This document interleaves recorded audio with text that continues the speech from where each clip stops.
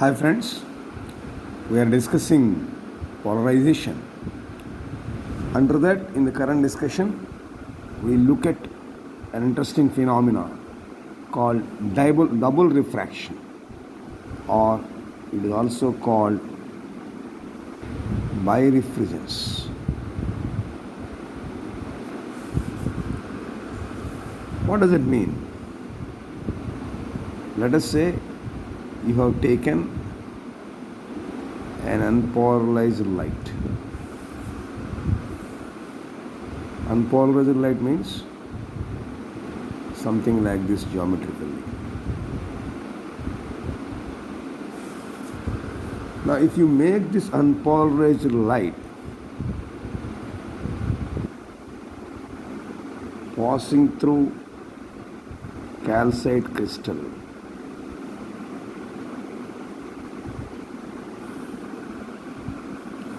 now it splits, the ray splits into two rays, splits into two rays.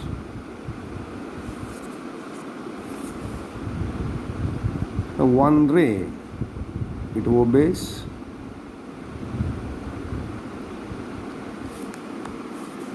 laws of reflection,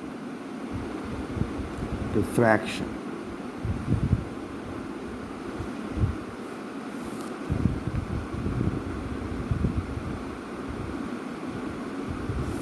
The other one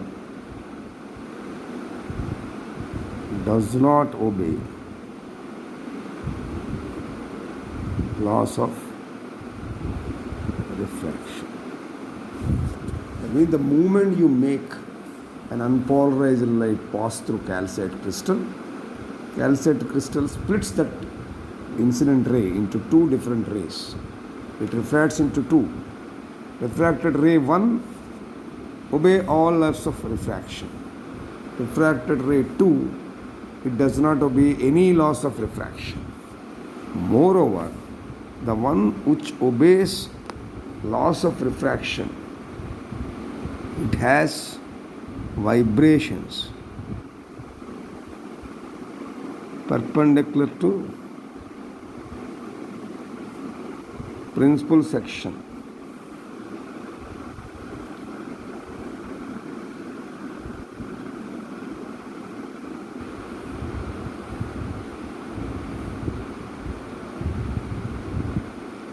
This also has vibrations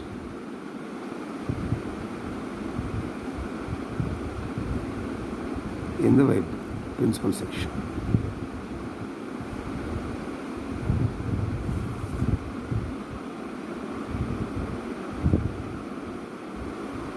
In the last session, I have explained you the concept of principal section and principal plane, if you remember that.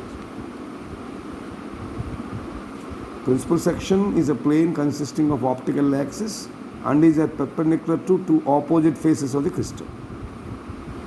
So if you see double refraction, when light ray, unpolarized light ray passes through calcite crystal, two refracted rays will be seen.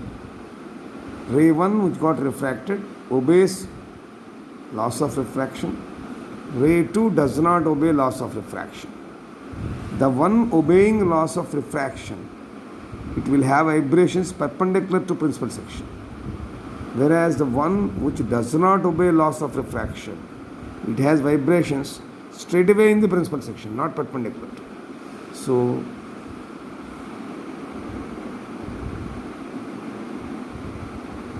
this is what is known as the one which obeys laws of refraction and has vibrations perpendicular to principal section. It is called ordinary ray. We call it as O ray. The refracted ray which does not obey laws of refraction and has vibrations in the principal section only, this is what is known as extraordinary ray. So this is, we call it as E ray. So you have O ray and E ray, ordinary ray and extraordinary ray. Now this phenomenon was discovered by double refraction. It was discovered by Bartholinus. Bartholinus was the name of the person, the scientist, who first discovered the concept of double refraction. And just before going further, I am recapping. It's an interesting phenomenon. Double refraction, it is also known as birefringence, is a phenomenon where when you make an unpolarized light to pass through calcite crystal, it will split into two refracted rays. One ray obeys laws of refraction and it has vibrations perpendicular to the principal section known as ordinary ray or O ray. The other refracted ray, which does not obey the laws of refraction and has vibrations in the principal section only, that ray is called extraordinary ray, also known as E ray. Now it was, as I said earlier, it was Bartholinus who first discovered this concept. So if you want to find out refractive index of this, now I want to find out refractive indices. Refractive indices of O ray and E ray. And you all know that refractive index is denoted by mu. Mu is equal to sin I by sin R. Snell's law, try to recollect. Now I have two refractive indices. Refractive index of ordinary ray, refractive index of extraordinary ray. So refractive index of ordinary ray, I will call it as mu of O. Refractive index of extraordinary ray, we will represent as mu E. So since you have only one angle of incidence and two refractive angles, so therefore one ray is splitting into two rays. So you will have two refractive angles, one incident angle. So therefore you can conclude that if you want to find out the refractive index of ordinary ray, you can write as sin I by sin R1. And if you want to find out the refractive index of E ray, this is sin I by sin R2. Remember, I is common. Only angle of refraction is changing. Why? Because in the discussion beginning itself I told that one incident ray when being made to fall on a calcite crystal is splitting into two refracted rays. So there is an ordinary ray, there is an extraordinary ray. So therefore angle of refraction only varies. So you will have R1 and R2. One ray is belonging to ordinary ray, the other one belongs to extraordinary. So let me explain this with the help of a geometric representation of a calcite crystal. Imagine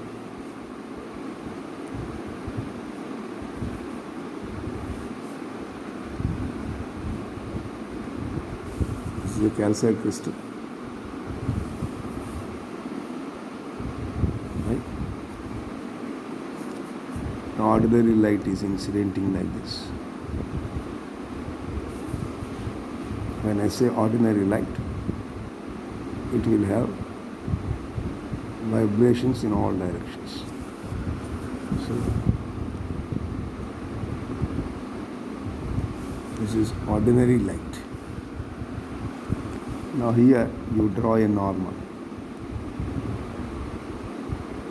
Now this is angle of incidence, I we are talking about. Now carefully if you observe the calcite crystal, this angle will have 109 degrees. This angle you will have 71 degrees. One ray splits like this and comes out.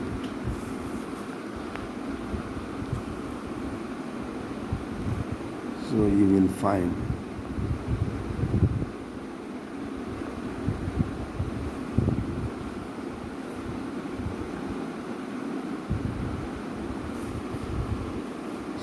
plane perpendicular will come in direction. The second one The splitted one will come like this. Here you will have plane parallel. So this is O ray. This is E ray.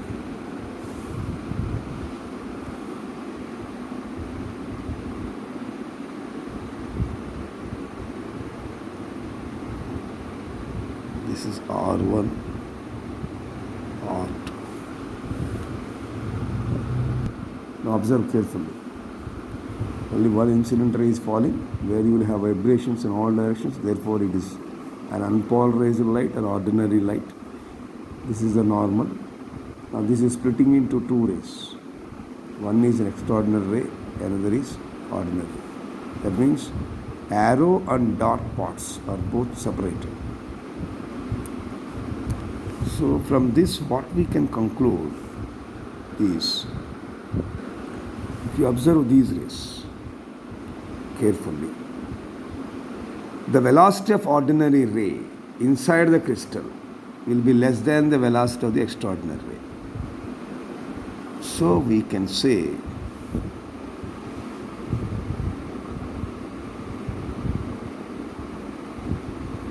velocity of light for ordinary ray inside the crystal will be less than the extraordinary ray.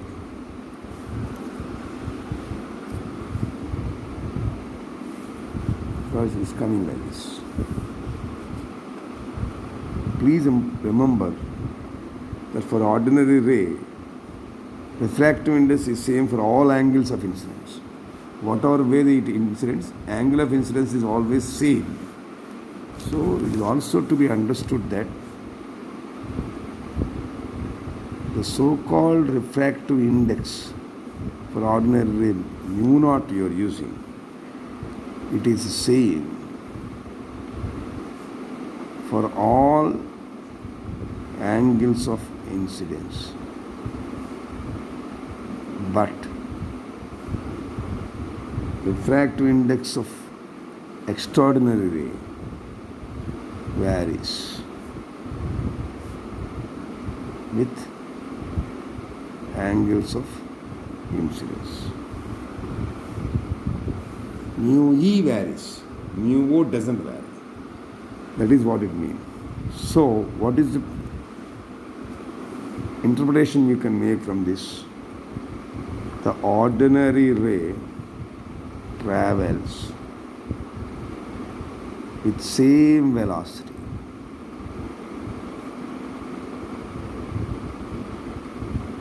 and is represented by spherical wavefront, but extraordinary ray travels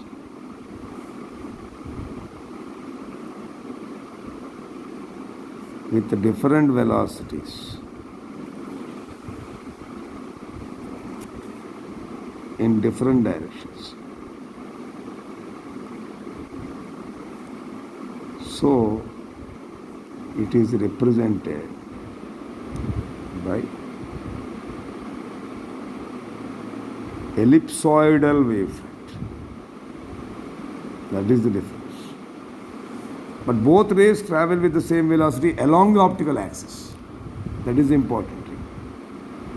But both the rays travel with same velocities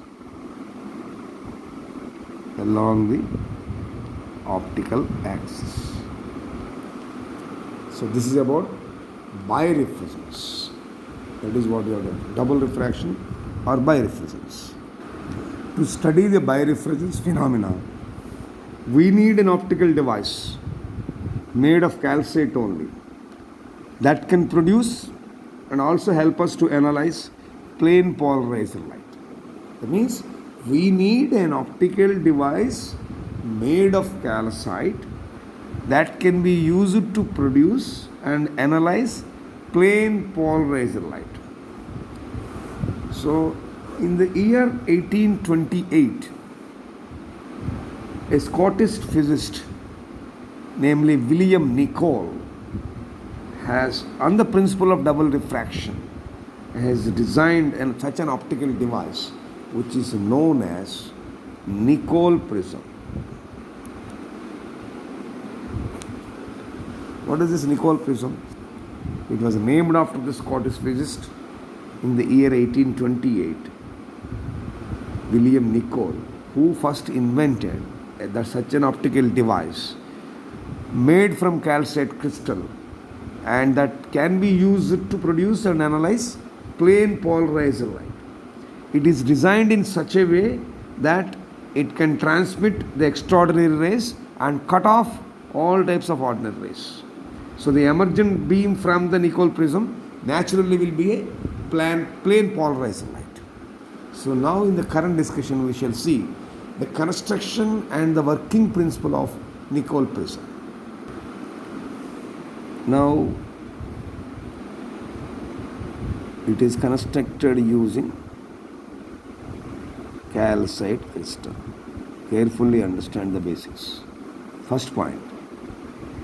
The second point is this crystal whose length is 3 times that of breadth. Now let me briefly describe the construction part of that. Okay.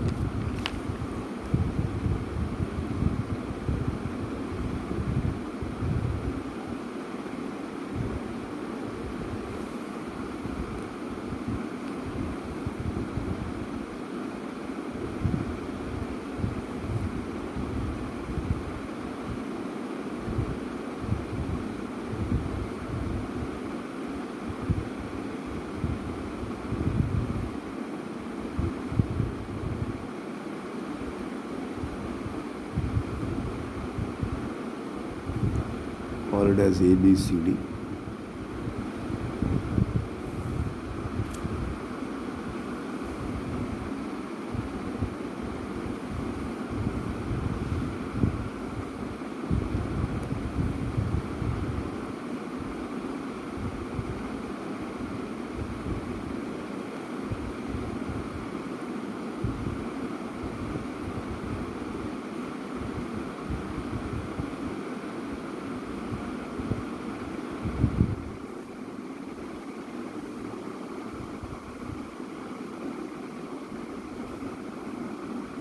Called as EFGH.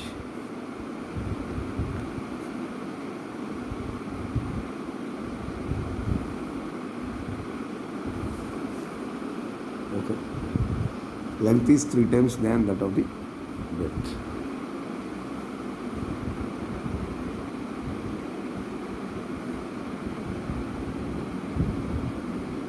E to D. This is 71 degrees.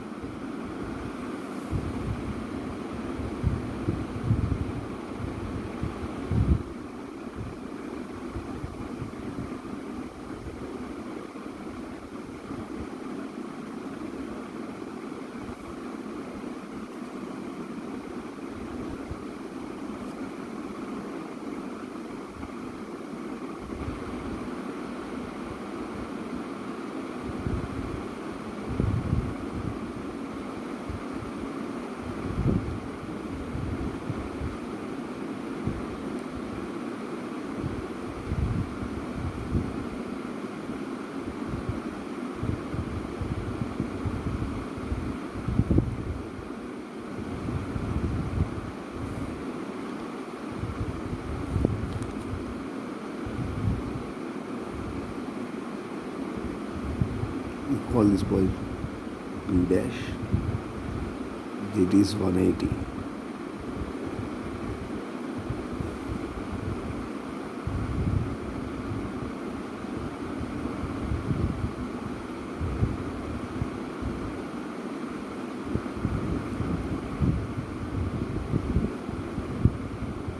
This is 108. We call this point as H dash. So naturally this also will be 71 degrees. So this is H and this is H dash. Now what is the calcite crystal you are taking? A, B dash, C, D, H dash, G. Now here the crystal we are taking is A, B dash, C, D, E, F, G, H dash. Now in this case, the blunt corners, that is B dash and H dash, it's a rhombohedral shape. It is a rhombohedral shape. In this shape, if you take the plane B dash D H dash F, B dash D H dash F, that is this shape, this plane, that is B dash D H dash F, is the principal section, and it is perpendicular to planes both ABCD and EFGH dash, and it has optic axis. So what are the angles you are taking? The angles you are taking are 71 degrees and 108 degrees. Now if you take the angles B dash DH dash and B dash FH dash, they are 71. That is this angle and this angle. These are 71. Now the upper faces and the lower faces of the crystal if you take. So if you take the upper and lower faces,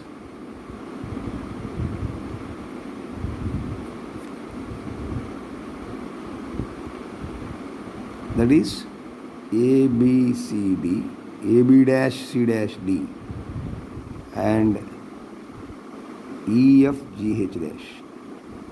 They are grounded in such a way, these two are grounded in such a way that the angles B dash, D dash, H and B dash, F dash, H are reduced from 61 to 68.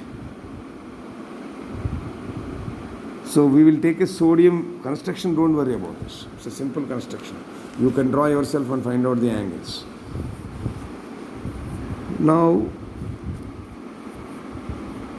the two cut surfaces are there on either side. The two cut surfaces are highly polished into optical flatness and then cemented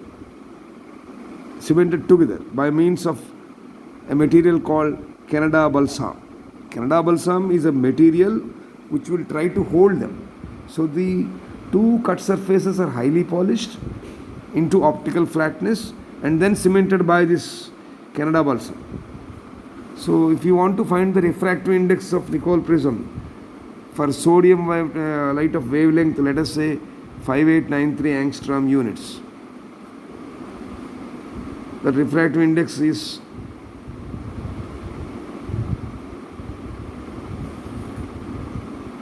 ordinary ray and extraordinary ray. Ordinary ray, it comes to around 1.65837. This is mu naught, mu O. And for extraordinary ray, it comes to around 48641. That is extraordinary ray. You are using Canada balsam. Canada balsam, we call it as a joint material, a material that can join these two surfaces. Therefore, if you take that refractive index of Canada balsam, it comes to around 1.55. So the two end faces of the crystal are kept open while the sides are blackened, so that it absorbs the totally internally reflected rays inside. Right? Now we shall see the working structure or the action of Nicol prism, and then plane polarized light through Nicol prism, how light can get divided or split into these rays through Nicol prism. We will try to understand, and then we shall see what are the limitations of this Nicol prism in the next section, right?